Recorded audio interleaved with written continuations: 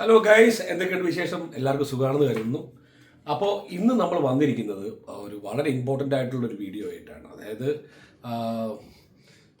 നിങ്ങൾക്ക് പലരും പറഞ്ഞു കാണും ബാച്ചിലേഴ്സിന് US വിസ കിട്ടാനായിട്ട് ഭയങ്കര പാടാണെന്നുള്ളത്. അതായത് കല്യാണം കഴിക്കാത്ത ആളുകൾക്ക് US വിസിറ്റർ വിസ കിട്ടുക എന്ന് പറയുന്നത് വളരെ പാടാണെന്ന് ഒരു പ്രചാരണമുണ്ട്.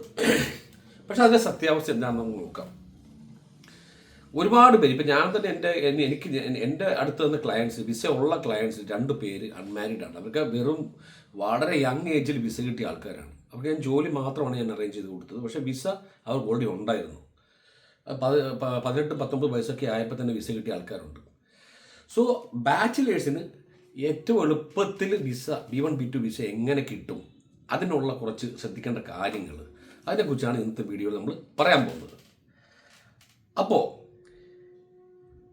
ഏറ്റവും ആദ്യത്തെ കാര്യം നിങ്ങളുടെ വിസ ടൈപ്പാണ്. അതായത് B1 B2 അല്ലെങ്കിൽ അതിൻ്റെ ഒരു കോമ്പിനേഷൻ. 3 ടൈപ്പാണ്: B1 B2 or B1 B2 എന്ന് വെച്ച് കഴിഞ്ഞാൽ. B1 എന്ന് പറഞ്ഞാൽ കംപ്ലീറ്റ്ലി ബിസിനസ്സാണ്, ബിസിനസ് പർപ്പസിനുള്ള വിസയാണ്. B2 എന്ന് പറഞ്ഞു കഴിഞ്ഞാൽ ടൂറിസം, നിങ്ങൾക്ക് അവിടെ വെക്കേഷൻ, ഫാമിലി ഫ്രണ്ട്സിനെ മീറ്റ് ചെയ്യുക, മെഡിക്കൽ ട്രീറ്റ്മെൻറ്റ്, അങ്ങനെ സൈറ്റ് സീയിങ്, അതൊക്കെയാണ് B2 ഉപയോഗിക്കുന്നത്. ഇപ്പം നിങ്ങളുടെ ട്രാവൽ പർപ്പസ് ക്ലിയർ അല്ല എന്നുണ്ടെങ്കിൽ നിങ്ങൾക്ക് B1 B2 എന്ന് പറഞ്ഞ ഒറ്റ കാറ്റഗറിയിലേക്ക് അപ്ലൈ ചെയ്യാം. സോ എന്ന് വെച്ചിട്ട് ആ കാറ്റഗറിയിൽ അപ്ലൈ ചെയ്യുന്നത് റിസ്ക് കൂടുതലുമാണ്. ബിക്കോസ് നിങ്ങളുടെ പർപ്പസ് എപ്പോഴും ക്ലിയർ ആയിരിക്കണം.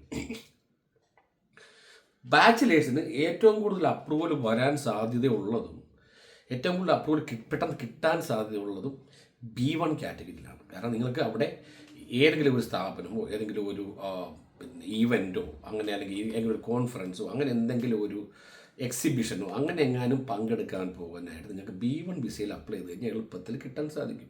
എന്ന് വെച്ചാൽ B2 ടൂറിസം വിസയിൽ കിട്ടത്തില്ലെന്നല്ല, ടൂറിസം വിസയിൽ കിട്ടും. പക്ഷേ കുറേ കാര്യങ്ങൾ ശ്രദ്ധിക്കേണ്ടതുണ്ട് ടൂറിസ്റ്റ് വിസ അപ്ലൈ ചെയ്യുമ്പോഴത്തേക്ക്. സോ അതുകൊണ്ട് തന്നെ ഈ വിഷയങ്ങളിൽ പ്രാഗൽഭ്യം അല്ലെങ്കിൽ നല്ല അറിവുള്ള ഒരാളുടെ സപ്പോർട്ട് നിങ്ങൾ തീർച്ചയായും തേടണം, ആരായാലും. സോ രണ്ടാമത്തെ കാര്യം എന്ന് പറയുമ്പോഴത്തേക്ക് നിങ്ങളുടെ സ്റ്റോറിയാണ്. Every person has a different story. ഇപ്പം എൻ്റെ സ്റ്റോറി ആയിരിക്കില്ല നിങ്ങളുടെ സ്റ്റോറി. സോ നിങ്ങളുടെ എഡ്യൂക്കേഷൻ, നിങ്ങളുടെ ബാക്ക്ഗ്രൗണ്ട്, നിങ്ങളുടെ എക്സ്പീരിയൻസ് അനുസരിച്ചിട്ട് നിങ്ങൾക്കായിട്ട് ഒരു സ്റ്റോറി സെറ്റ് ചെയ്യണം. അപ്പോൾ നിങ്ങൾക്ക് അതിന് കഴിയില്ലെന്നുണ്ടെങ്കിൽ അതിന് കഴിവുള്ള ഒരാളെ അപ്രോച്ച് ചെയ്യുക എന്നുള്ളതാണ്. ഞാൻ സിമ്പിൾ ഉദാഹരണം പറഞ്ഞു തരാം. ഏറ്റവും എളുപ്പത്തിൽ അപ്രൂവൽ കിട്ടാൻ ഉള്ളൊരു വഴി, ഇപ്പം നിങ്ങളൊരു ബാച്ചിലർ ആണെങ്കിൽ ഞാൻ എൻ്റെ ക്ലയൻസിന് സജസ്റ്റ് ചെയ്യുന്ന ഒരു മെത്തേഡാണ്, പിന്നെ നിങ്ങളൊരു വ്ളോഗറാണെന്ന് പ്രസൻറ്റ് ചെയ്യുക. വ്ളോഗർ, നിങ്ങൾക്ക് അവിടെ അമേരിക്കയിൽ പോകുന്നത് വ്ളോഗ് ചെയ്യാൻ വേണ്ടിയിട്ടാണെന്ന് നിങ്ങൾ പ്രസൻറ്റ് ചെയ്യുക. വളരെ എളുപ്പത്തിൽ അപ്രൂവൽ കിട്ടും. നിങ്ങൾക്ക് സോഷ്യൽ മീഡിയ പേജുകൾ, ഫേസ്ബുക്ക് പേജ്, യൂട്യൂബ് ചാനലുകൾ, ഇൻസ്റ്റാഗ്രാം ഹാൻഡിലുകൾ വിലയ്ക്ക് മേടിക്കാനായിട്ട് പറ്റും. ഇങ്ങനെയുള്ള ഏതെങ്കിലും ഒരു പേജ് വിലയ്ക്ക് മേടിച്ചിട്ട് ഒരു 5000 രൂപ കൊടുത്തു കഴിഞ്ഞാൽ നിങ്ങൾക്ക് ഒരു 10,000-12,000 ഫോളോവേഴ്സുള്ള പേജ് കിട്ടും. ഈ പേജ് നിങ്ങൾ മാനേജ് ചെയ്യുക. 2-3 മാസം വീഡിയോസും റീൽസും ഒക്കെ ഇട്ടിട്ട് ആ പേജ് നിങ്ങൾ ഡെവലപ്പ് ആക്കി എടുക്കുക. എന്നിട്ട് ഇൻ്റർവ്യൂവിന് പോകുമ്പോൾ ഈ പേജിൻ്റെ ഒരു സ്ക്രീൻഷോട്ട് കൊണ്ടുപോവുക.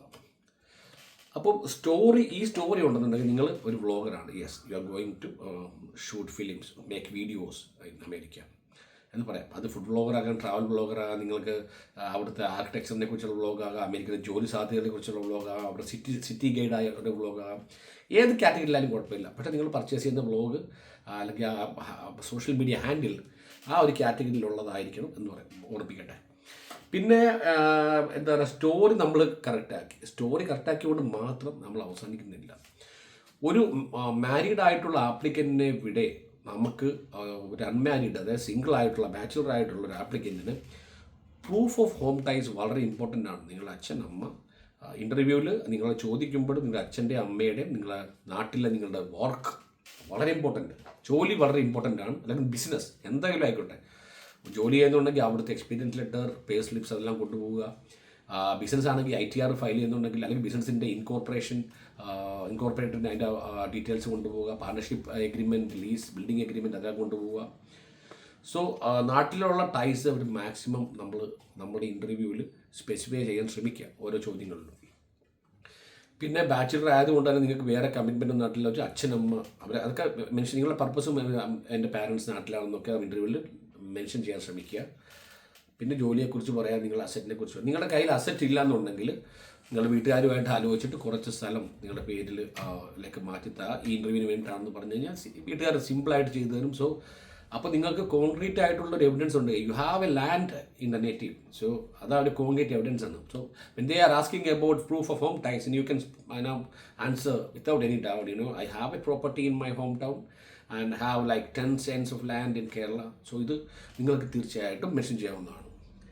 പിന്നെ ഈ ഡോക്യുമെൻറ്റ്സ് ഒക്കെ കൊണ്ടുപോകുമ്പോഴും നിങ്ങൾ അവർ ചോദിക്കാതെ ഇത് കാണിക്കാൻ പാടില്ല എന്നുള്ളതാണ് വാസ്തവം. ഒരിക്കലും അവർ ആവശ്യപ്പെടാത്തടത്തോളം കാലം നമ്മൾ ഈ നമ്മൾ ആ ഈ ഡോക്യുമെൻറ്റ്സ് അവരെ കാണിക്കേണ്ട കാര്യമില്ല. കാരണം അവർ നമ്മളുടെ കോൺഫിഡൻസ് ആണ് ഏറ്റവും വലിയ കാര്യം. അപ്പം നമ്മളുടെ ഈ സ്റ്റോറിയും പർപ്പസും നമ്മളുടെ ഹോം ടൈസും ഒക്കെ ഒന്ന് റീവാമ്പ് ചെയ്ത് കഴിഞ്ഞാൽ ബാച്ചിലേഴ്സിന് ഫ്രീ ആയിട്ട് വളരെ ഈസി ആയിട്ട് ഇൻ്റർവ്യൂ പാസ്സാകും.